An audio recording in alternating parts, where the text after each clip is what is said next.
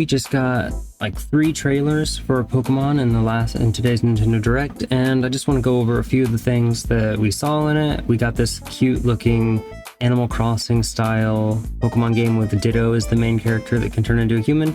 Kind of cute, might check it out, we'll see how it is. I really like that type of style game, Animal Crossing Stardew Valley, so it might be my alley, but let's switch to Legends ZA because that one's coming out sooner and there's a lot of interesting information that got revealed. Some of it's really good information and some of it I think is really annoying. So we're going to start with the cool thing with the fact that it already has a DLC announced with the Mega Dimension thing. And basically it's going to expand our Lumio City adventure so we can dive deeper into it. It includes some costumes that we're going to look at in a second, along with additional story content we can enjoy after completing the main story, so it's post-game content, and it's just the same save files, typical DLC stuff. And you can go ahead and pre-order it already, just like we've already been able to pre-order the main game. And we have this little image here, and it's talking about the spatial distortions that suddenly appear in Lumios. Distortions in space have appeared without warning in Lumio City. They seem to connect to a mysterious space, hyperspace Lumios. It looks like the story with Team MZ isn't over yet. So that's cool. Now, if we look over here, we can see that Hoopa is apparently going to be a major player in the game. Or in the DLC. It says Hoopa is a mystical Pokemon that can warp space, which we can see in the last picture that it was doing that. And basically it's going to be sending us to far off places, and apparently Hoopa likes donuts, makes sense. And I'm assuming we'll be able to get Hoopa in this DLC since it's very prominent. We also got Mega Raichu X and Mega Raichu Y revealed, which we can see the official renders for these Pokemon. And basically it says that we will they each use different Mega Stones, so it's like Mega Charizard and Mega Mewtwo, and we can meet specific conditions in the DLC. We all get them. For Mega Raichu X, it says it floats using electromagnetism and concentrates electricity into its fists.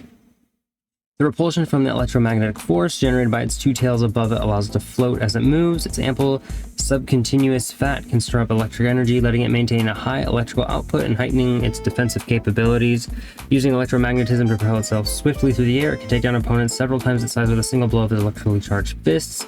It bears distinctive resemblance to a regular Raichu. So I think this one's going to be the more defensive kind of physical fighter, and Mega Raichu Y is going to be the more special attacker, which we can also see that is being mirrored with Charizard X and Y and Mewtwo X and Y. Charizard X and Mewtwo X are both physical attackers, and Charizard Y and Mewtwo Y are both special attackers. So I think the Mega Raichus are kind of following that same pattern. So Mega Raichu says that it is swiftly bathes foes in electric power, and its greatest strength is its ability to unleash its power instantaneously, so it excels in short, decisive battles. The amount of electricity it can generate in the electric sacs on its cheeks if it isn't powered up. The energy generated in these cheek pouches is amplified as it courses in a zigzag pattern between its tail and spiky horn-like fur on its head, letting it unleash powerful electric-type moves. All this electric energy gives it a wild and combative temperament, causing it to eschew tactical maneuvers in favor of a straightforward approach to battling. And it bears more of a resemblance to Pikachu, which I kind of noticed in the trailer as well. Now, because these are found in the DLC, I don't think we'll be able to use them. I think it's guaranteed we won't be able to use them in a main story playthrough of Legends ZA until much later. I mean, probably not. I don't think we can trade items like Mega Stones to each other. So it's possible that we won't be able to use these to beat the story at all, ever. They'll just be locked to the post-game content. Now, we did get Mega Chestnut, Mega Delphox, and Mega Greninja revealed as well, so I want to go ahead and come down and talk about these guys before we look at the news about them. He is still a grass fighting type, and its hardened armor boasts high defensive capabilities. When Mega Chestnut moves to attack, its armor becomes a powerful weapon in which to smash opponents. And it says a hardened outer shell greatly bolsters its defenses. We can see here that its shell has these spiky things on it. And energy from Mega Evolution has been channeled into its outer shell and throughout its body, resulting in a dramatic increase in its defensive capability. So it's more of a paladin, now it's more of a tank. The fur on its body is also grown and can act as an impact-absorbing cloak, confident that it can withstand any sort of attack. It possesses steadfast spirit and always remains level-headed. And it can also turn its shields on its shoulders into weapons. We can see it like having like a giant axe thing here. When it removes a piece of its incredibly tough shoulder armor, spikes extend from the shield to form an axe-like weapon with a long handle.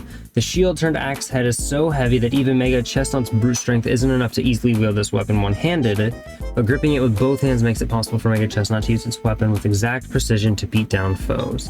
So Mega Chestnut's pretty cool. I really like the design for it, how it's more defensive looking, and if we were to... this isn't like the Japanese website, you can't check that. Mega Delphox is really cool as well. It's got all of these like burning brooms around it as it's flying on them, and I think that's a really cool aesthetic. It uses its psychic powers to confuse opponents, making it for a tricky fighting style that allows it to unerringly deal damage. And basically, its psychic abilities have been enhanced, so I'm assuming that means its offensive capabilities have been enhanced. Delphox controls 2 branches that float by its side. It moves these branches if they are brought to life by magic, leaving onlooking opponents bewildered. It also floats atop a large lit branch, dazzling its foes even further. In contrast to its disoriented opponents, Mega Delphox stays calm and collected as it deals damage by landing precise attacks. And then after confusing opponents, it incinerates them with scorching flames. Mega Delphox attacks its foes by skillfully coordinating its moves in tandem with the 2 lit branches floating nearby. And there's more. These seemingly autonomous flames don't just confuse the opponent, they can also be combined with the flames Mega Delphox spits from its mouth, forming a huge fireball that engulfs and burns the target. So I think that's going to be cool. I really like the design for these Pokemon. And finally, we've got Mega Greninja, and I think the reason why Ash Greninja got retconned is so that Mega Greninja could come be in the game. And basically, it says that it's using its reflexes to launch attacks at opponents while they're distracted by the sight of it clinging to a gigantic water shuriken. And it forgoes stealth to make full use of its sharpened reflexes. So basically, it doesn't need to be stealthy anymore, it's just going to do a ton of damage.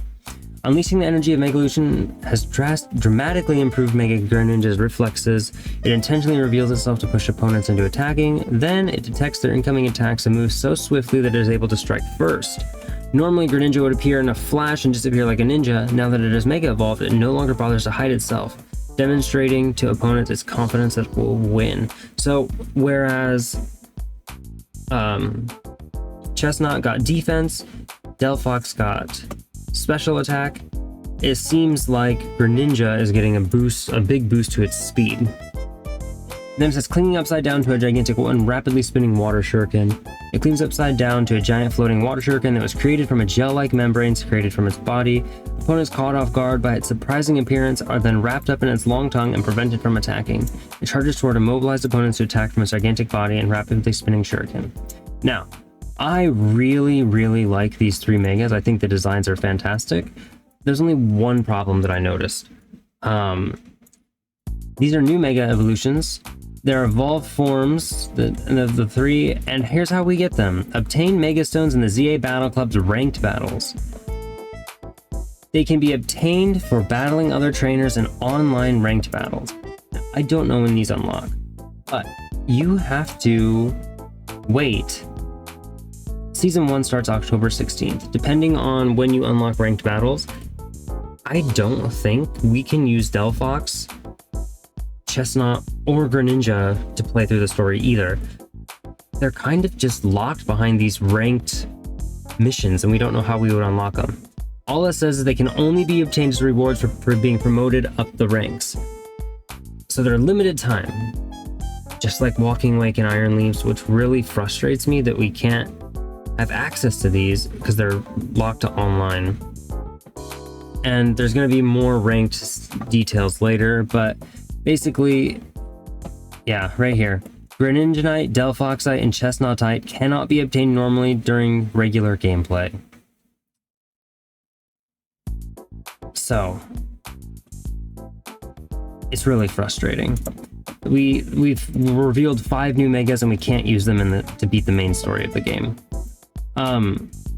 Here's the outfit that you get when you buy the DLC, and I guess they're okay. It's more cosmetics. The bigger thing is that if you pre-order the game, you'll get all of these Pokeballs. There's, well, 12 Pokeballs. That's not a lot, but you know, whatever helps. And finally, the worst news. Connectivity between Pokemon Legends ZA and Pokemon Home is blah blah blah blah blah. Pokemon cannot be transferred from Legends ZA to previous titles in the Pokemon video game series. If you transfer Pokemon from a previous title Pokemon Legends ZA, you will no longer be able to transfer it to previous games in the Pokemon series. Legends ZA is not backwards compatible. So, while I'm happy that we got cool news and a DLC, it's like 6 different mini disappointments. We can't use any of the Kalos starters in regular gameplay. We can't use either of the Raichus to beat the main story. And if we transfer Pokemon in from Pokemon Home, which they showcase here, all of the different Vivillon patterns and Hisuian Pokemon, they can't ever go back. Oh, even Galarian Pokemon, they can never go back to previous games. So much for Pokemon Home stopping pre-game connectivity. So it kind of sucks. What do you think about this? All of this news. We got lots of good news and I feel like an equal amount of bad news. Anyways, thank you so much for watching. See you next time. Peace.